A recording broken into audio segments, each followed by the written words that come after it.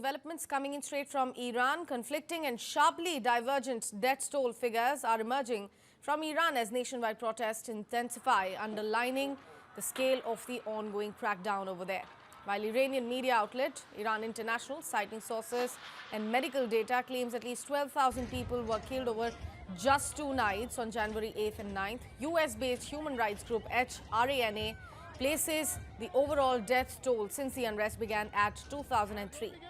Iranian authorities, for the very first time, have acknowledged around 2,000 deaths, including members of the security forces. The stark discrepancy highlights the difficulty of independent verification amid severe restrictions on the information flow. What is clear, however, is the violence and mayhem on the ground. Security forces, in fact, have also deployed live ammunition, mass detentions, and have been reported, and large parts of the country remain under heightened security at the time. Roadblocks, internet shutdowns, and disruptions to public transport continue as protests rage across multiple cities. Amid the deteriorating situation, foreign governments have moved swiftly to protect their citizens. Several European countries, including the Netherlands, Spain, and Finland, have summoned Iran's ambassadors in protest against the crackdown. The United States has urged its citizens to leave Iran immediately, advising overland travel through either Turkey or Armenia if that is safe. Canada has also issued a similar advisory, urging its nationals to depart without any delay and noting visa-free entry into neighboring countries. The crisis has also triggered sharp international political reaction.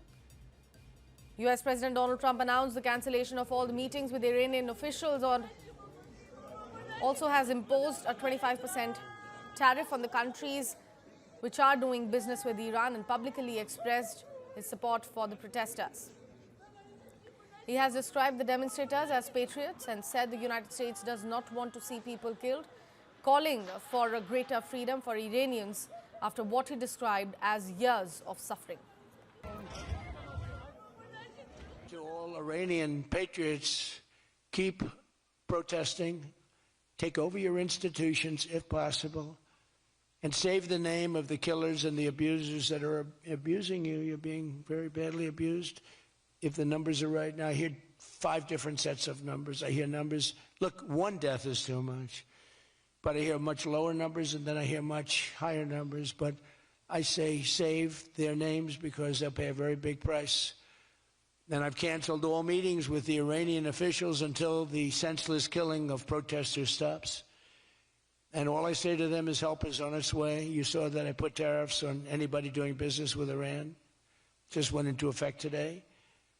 And I say, make Iran great again. You know, it was a great country until these monsters came in and took it over.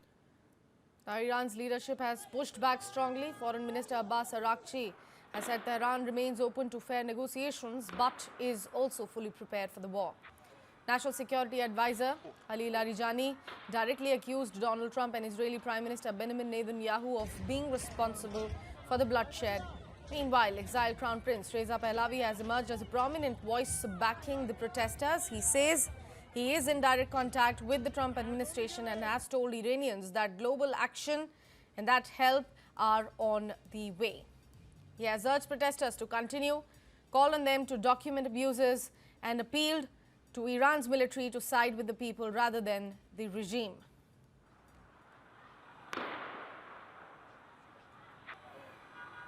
همین الانم. همانطور که در پیام قبلیم به شما گفتم، صدای شما و شجاعت شما را جهانیان نه تنها دیدن و شنیدن، بلکه دارن اکنون اقدام میکنن. قاعدتاً تا به حال بایستی پیام رئیس جمهور امریکا را در ضمن شنیده باشید. کمک در راه هست. مبارزه را همطور که تا به حال انجام دادید ادامه میدید. نگذارید که این نظام شرایط رو عادی جلوه بکند. بعد از این همه کشتار اخیر، یک دریا خون بین ما و این رژیم هست. یادداشت کنید اسامی این جنایتکاران رو. یه روزی به سزای اعمالشون خواهند رسید. و اما پیام ویژه‌ای دارم به پرسنل ارتش. شما ارتش ملی ایران هستید، نه ارتش جمهوری اسلامی. وظیفه دارید از جان همیهنانتون حفاظت بکنید. فرصت زیادی براتون نمونده. به مردم هرچه زودتر بپیوندید. The protests themselves were initially sparked by worsening economic conditions, including inflation, unemployment, and declining living standards. What began as economic anger has now evolved into the most serious internal challenge to Iran's cleric leadership in years, with demands increasingly turning political as the country remains on edge.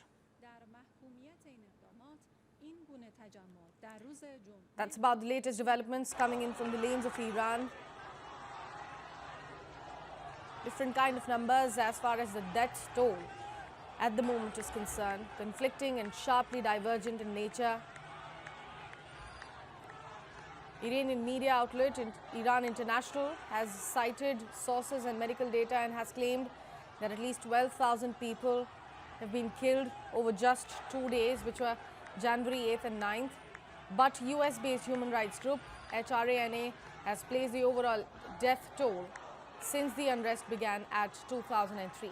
But for the very first time, Iranian authorities have acknowledged the number around 2,000 deaths, including the members of security forces, openly.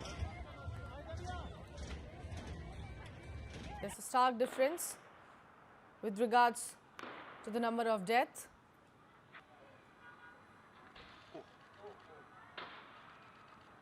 Now, this stark discrepancy highlights the difficulty of independent verification amid severe restrictions on the information. Remember, there is the nationwide internet shutdown at the moment that makes the reporting extremely difficult, and also the identification of it.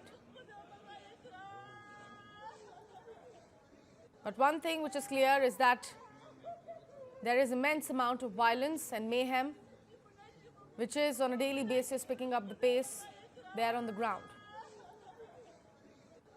Now, in the latest, security forces have deployed live ammunition.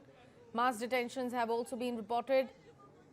The large parts of the country remain under heightened security. Last time we reported, through our sources, over 10,000 detentions had happened.